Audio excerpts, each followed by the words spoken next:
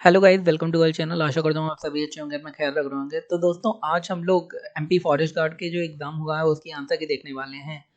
तो दोस्तों, जिन दोस्तों ने अभी तक हमारा चैनल सब्सक्राइब नहीं किया, सब्सक्राइब कर लेना, बेल आइकन को दबा दें। तो चलिए बिना किसी देरी के स्टार्ट करते हैं। सबसे पहला हमारा क्वेश्चन है,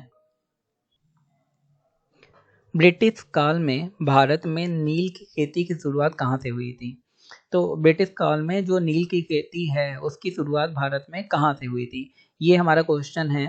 तो ये खेती हुई थी बंगाल, तो पश्चिम बंगाल से ये खेती स्टार्ट हुई थी। आगे देखते हैं क्वेश्चन कि राय मेहता समिति से संबंधित एक क्वेश्चन आया था। तो जितनी भी समितियां बनाई गई थी उनसे एक ना एक क्वेश्चन आ रहा है। तो जीवंत राय मेहता समिति से भी एक क्वेश्चन आया था। तो आपको ये याद रखना है, ये ध्यान में रखना है। निम्नलिखित में से कौन सा एक कर्नाटक संगीत का रूप नहीं है? तो कर्नाटक में कई सारे संगीत होते हैं जो काफ़ी प्रचलित हैं। तो कौन सा संगीत का रूप नहीं है कर्नाटक में? तो ये एक क्वेश्चन आया था। तो टप्पा जो संगीत है वो संगीत का एक रूप नहीं है कर्नाटक में। आगे देखते हैं, जोग जलप्रपात नदी पर है। तो जोग जलप्रपात, ये क्वेश्चन है कि कौन सी नदी पे है? तो शरावती नदी पर जोग जलप्रपात है। आगे देखते हैं, मुगल साम्राज्य से एक क्वेश्चन आया था। ये भी आपको याद रखना है कि मुगलों से एक ना एक क्वेश्चन बन ही रहा है। तो मुगल साम्राज्य से एक क्वेश्चन आपका बन गया था आपकी बार भी। दोस्तों, एक क्वेश्चन आया था कि 100% डिजिटल बस लॉन्च करने वाला भारत का पहला शहर कौन सा है? मतलब उस शहर में 100% खाली डिजिटल बस, मतलब इलेक्ट्रिक बस ही चलती हैं, बाकी डीजल वाली बसें नहीं चलती। तो वो है मुंबई।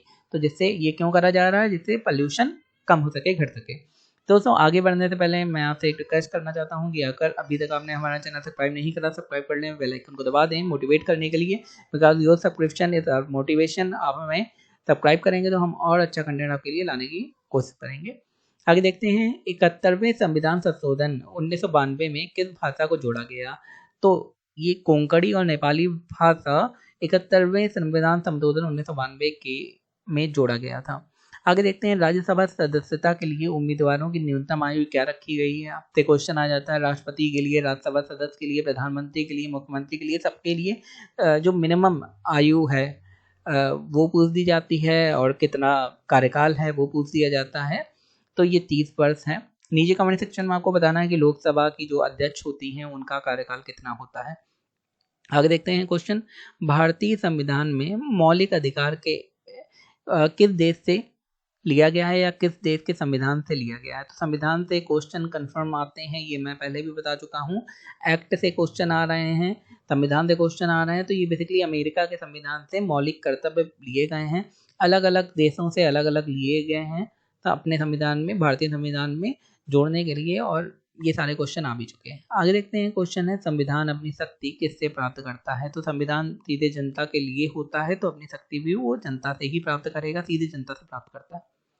आगे, राष्ट्रीय राजनीतिक दल कौन कौन से हैं? राजनीतिक दल के लिए क्राइटेरिया होता है कि भाई दो या दो से ज़्यादा राज्य या तीन से ज़्यादा राज्य में अगर कोई पार्टी अपनी सत्ता में है तो वो राष्ट्रीय राजनीतिक दल कहा जाता है। तो भारत में टोटल 6 राष्ट्रीय राजनीतिक दल हैं, जिसमें बीजेपी, कांग्रेस मेन है, और अलग अलग दल और छोटे मोटे हैं, जैसे आम आदमी पार्टी भी बन गई है। इसने दो या दो से ज़्यादा राज्यों में अगर सरकार बनाती है तो वो बन जाते हैं दल राष्ट्रीय।